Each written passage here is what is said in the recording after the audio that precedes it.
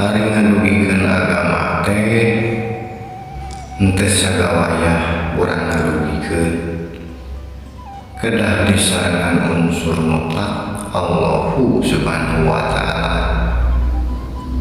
Ulah ngangge kemampuan urang, hasil olah akal urang, komo tina nafsu urang.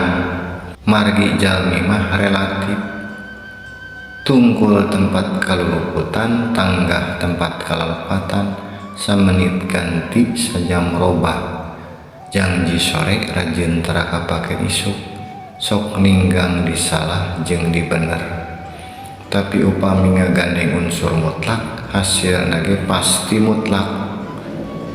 Margi upami urang ngadugikeun sagawaya, ngadugikeun kalayan nafsu urang, hasil olah akal urang anu relatif, ujung-ujungna tiasa nyesatkeun ka balarea.